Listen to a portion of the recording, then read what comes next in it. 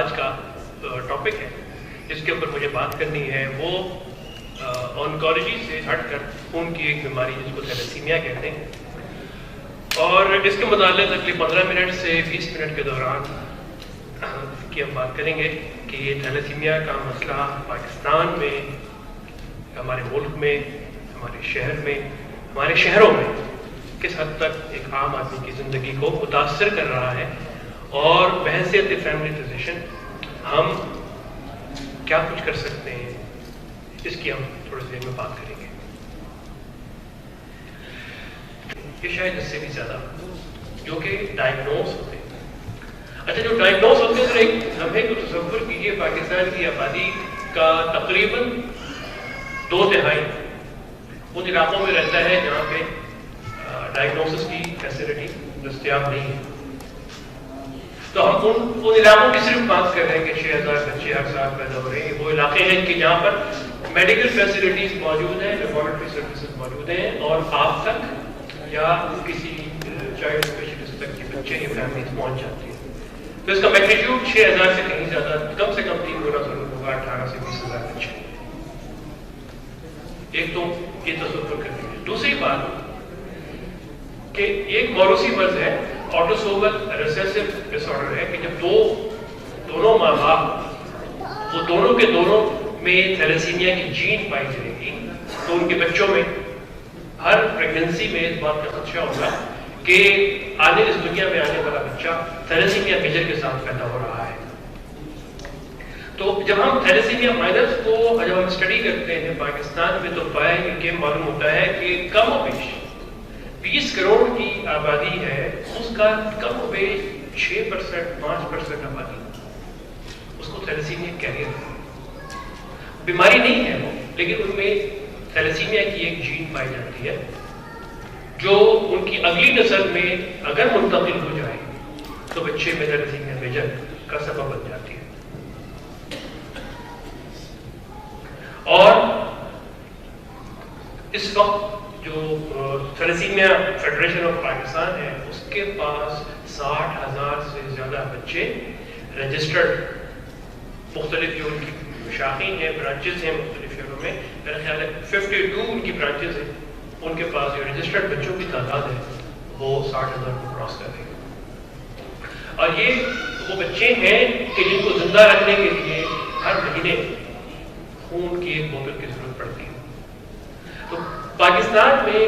پورے پاکستان میں تقریباً 17 سے 18 لاکھ بوتلیں خون کی جمع ہوتی ہیں، جو آرمی کے استعمال میں بھی آتی ہیں،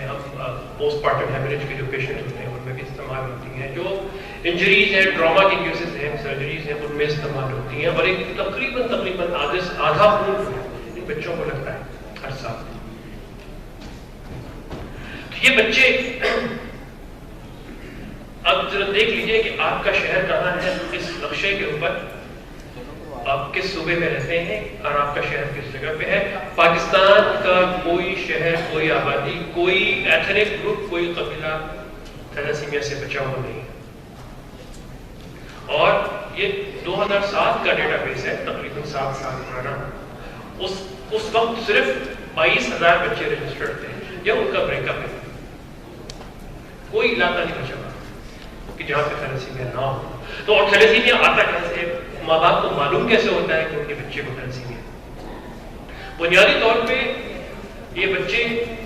جس وقت پیدا ہوتے ہیں تو مکمل طور پہ نارمل ہوتے ہیں، اور جب یہ ان کی عمر 6 مہینے اور 6 مہینے کے بعد، 6 مہینے سے 1 سال کے دوران ان میں خون کی شدید ترین کمی پیدا ہو جاتی ہے۔ بنیادی ڈیفیکٹ اس کے اندر یہ ہے کہ ان بچوں میں اڈلٹ ہیموگلوبن بنانے کی جو صلاحیت ہوتی ہے وہ نہیں پائی جاتی، اور جو فیٹل ہیموگلوبن اپنی انٹرایوٹرائن لائف میں جو فیٹل ہیموگلوبن ہوتی ہے وہ انٹرایوٹرائن لائف میں تو مکمل طور پہ نارمل مقدار میں بن رہی ہوتی ہے، موجود ہوتی ہے۔ پیدائش کے بعد جو فیٹل ہیموگلوبن کا سوئچ ہے وہ آف ہو جاتا ہے، اڈلٹ ہیموگلوبن بن نہیں رہی ہوتی، تو 4 سے 6 مہینے کے بعد ہیموگلوبن جو پیدائش کے وقت 16، 17، 18 گرام ہوتی ہے وہ کم ہوتے ہوتے